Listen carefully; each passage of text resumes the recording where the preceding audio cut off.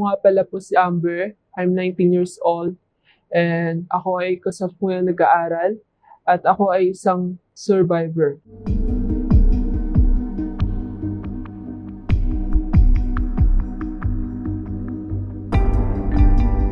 Ako po ay nasa 8 gulang at doon po ako nagsimulang bastusin po ng magulang ko. Wala po kaming kasama sa bahay. Ang mga kapatid ko po ay wala sa bahay at doon niya po ginagawa yung panghahalay at pang-aabuso niya sa akin.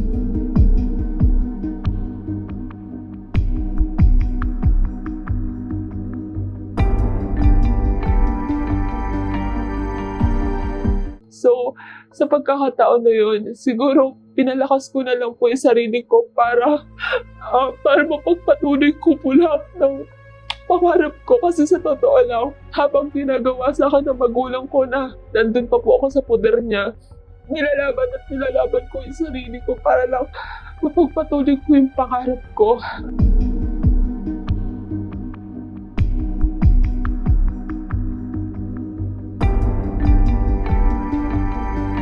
Bilang babae, mahirap po para tanggapin sa akin dahil mismo magulang ko po ang makakalaban ko sa pagkakataong ito. Para sa akin, sobrang bigat at sobrang pagod na po ako. Dahil doon, napagdesisyonan ko pong maghanap po ng matatakbuhan, especially po sa kuya ko. At doon po napagtanto na magsumbong po sa kanya.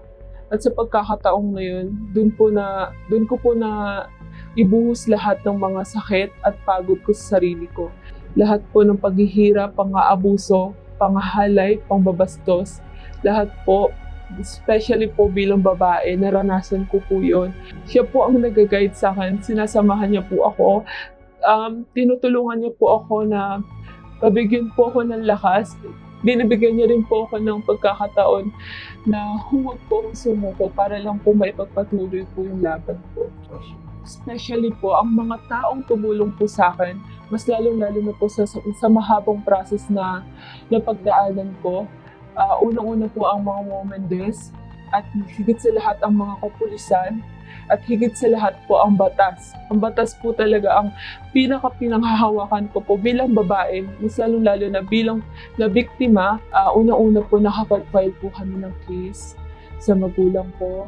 Nag-file po kami sa kapulisan. Nagpunta po kami sa biomedical hospital para ma-train ko po talaga if positive po ako or positive po na ako po ay nahalay po ng mismong magulang ko. Tinulungan din, sinamahan po nila ako para lang po ma-provide po nila ako and mapagpatuloy ko po yung case para lang po sa magulang.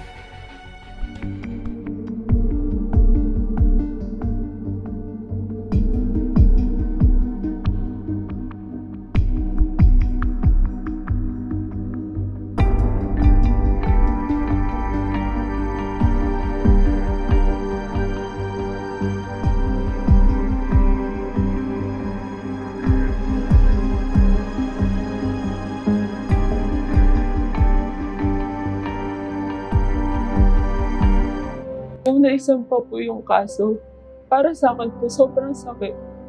Masakit po sa akin sobra kasi bilang anak po, di ba, sobrang hirap po tanggapin. Kasi kahit po na ganun po yung nangyari sa'yo, kahit na sobrang bigat at sakit po ng naranasan mo noon, nararamdaman mo pa rin po yung bilang magulang mo at bilang anak, andun pa rin po yung pagmamahal mo sa kanya. Pero andun pa rin po yung sakit na nararamdaman mo na nawala po yung pagkababae ko, nawala po yung pagkatao ko. Higit sa lahat, nawala po yung confident ko sa sarili ko na humarap po sa ibang tao at magpakilala po kung sino ako at kung ano po ako. Yung mga, especially sa mga women-des, especially din po sa mga kapulisan na hindi po sila pumapayag hanggat wala po nangyayari na maganda at wala po nangyayari para lang makuha ko yung station ko. Andyan po yung kuya ko, siya din po yung nag-guide sa akin. So, lagi ko po siya nasa tabi. So, umiiyak po ako sa kanya. Sinasabi ko po sa kanya na kaya ko pa po ba? Kaya ko pa po ba ituloy? Ganon. Na nahihirapan po ako.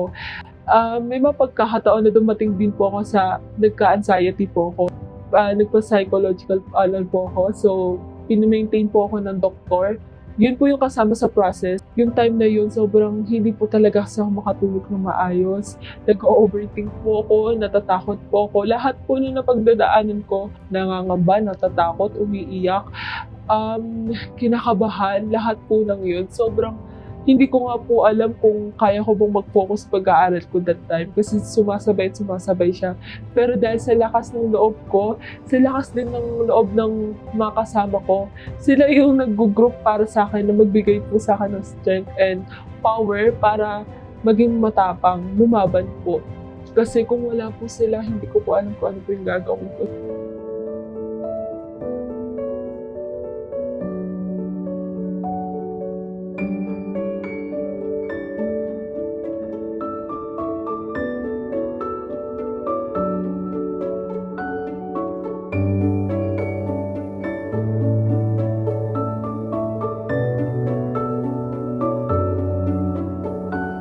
Eto ako ngayon, kaharap nyo, nakakapag-aral. Ako ay isang ganap na estudyante ngayon and hindi ko pa na-expect na darating ako sa puntong ito. Actually, noon pa na nararanasan ko yung bigat na napapagdaanan ko, hindi ko pa na-expect na ako ay mag-aaral pa rin at magsisimula pa rin sa journey ko.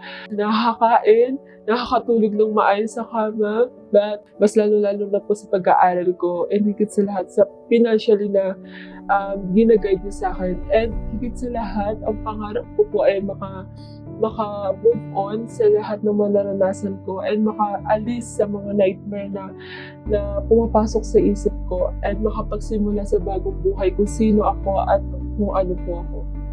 Thankful po ako and blessed din po ako if ever na makatulong po sa mga taong gaya ko na nabiktima, so naabuso. So I hope naman po sana na lumaban sila and mapagpatuloy po nila ang pagkakataon na kailangan po nilang mabigay yung hustisya para sa kanila and huwag po silang susuko. Yun lang po. Ako si Amber na isang taong lumaban. Isang taong naabuso. Oo, naabuso ako. Pero pinilit kong bumangon. Pinilit kong nadapa ako pero pinilit kong magsimula sa sarili ko. Dahil higit sa lahat, hindi ako susuko. Kailangan ko maging matapang. Dahil ako isang babae na may marangal, may disiplina sa buhay ko, and higit sa lahat may pangarap. Yun lang.